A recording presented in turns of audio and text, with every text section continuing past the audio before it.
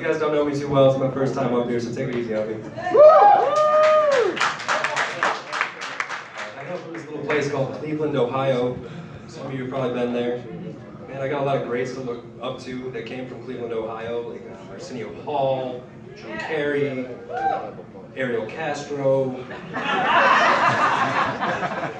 Solo. I feel like I have more of those ones than I do any of the good ones. So you gotta take the good with the bad, man.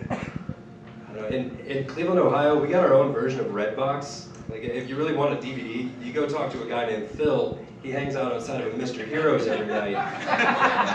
Great guy. He's got the greatest movie selection and the worst weed selection. I'll tell you what, though, a Roman burger and some Mexican brickweed made Harry Potter a hell of a movie. Way better. Phil's a good dude, though. Tell him I sent you. He'll hook you up. He's a good guy. Phil's he's got an upside and a downside to every one of his DVDs. The upside being that he only gets up to go to the bathroom during filming them 3 times. The bad side is he takes the camera with him. Doesn't work out great for action movies, but I'm telling you, 50 Shades of Grey and Harry Potter killed it. I mean, he really had that swish and flick technique down in the urinal. And Hermione would have been proud. She would have been so proud. Another weird thing I see a lot in Cleveland, more so than anywhere else, not, that I'm a lot of places, but the weird thing about Cleveland is you see a lot of girls getting abortions solo. Completely, you're right, I thought it was pretty rough. I thought that was a trying time that you should worry about and have some support. So I came up with a solution. I had a great idea for it. What I wanted to do is set up a website that catalogs dudes and girls, essentially, whoever you're comfortable with, and you can go online and find one of them to take you to an abortion. And I'm going to name it, Take One, Leave One. Take 1 hour, guys. Leave your problems behind.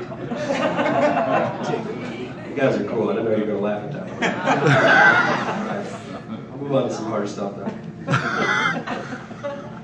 Okay, well, I always try to find the plus side of any situation, no matter how bad it can really be. I mean, anything.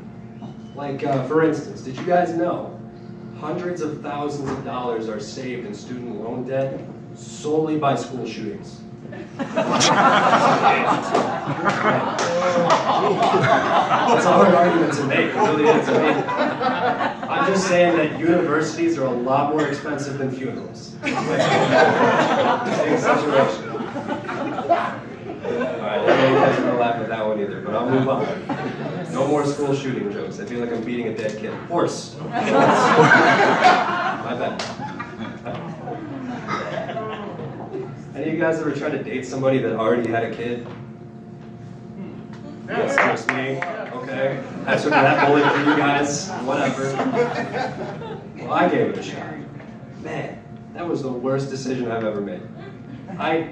Don't get me wrong, kids are great and all, but I also like things like peace and quiet and happiness. That's kind of cool to me. Right? All that goes flying right out the window when you bring something into your life that's going to whine and cry every time they don't get their way. And her kid's almost just as bad.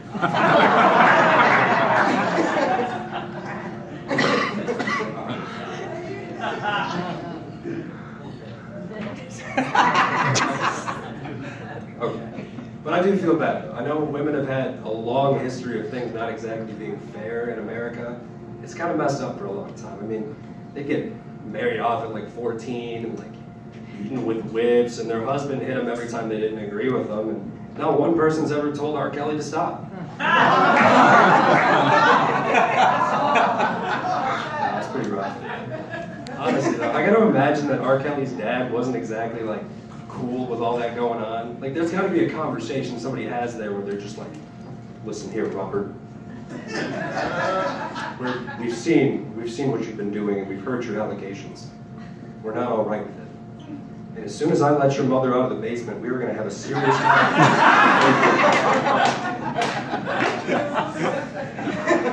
Alright, that's not really fair for me to say. I don't know if R. Kelly's dad was actually abusive, so like don't quote me on any of that, but like I just gotta imagine that R. Kelly wasn't hanging around watching Sister Wives one day and just going like, I can do that better. You don't want this guy.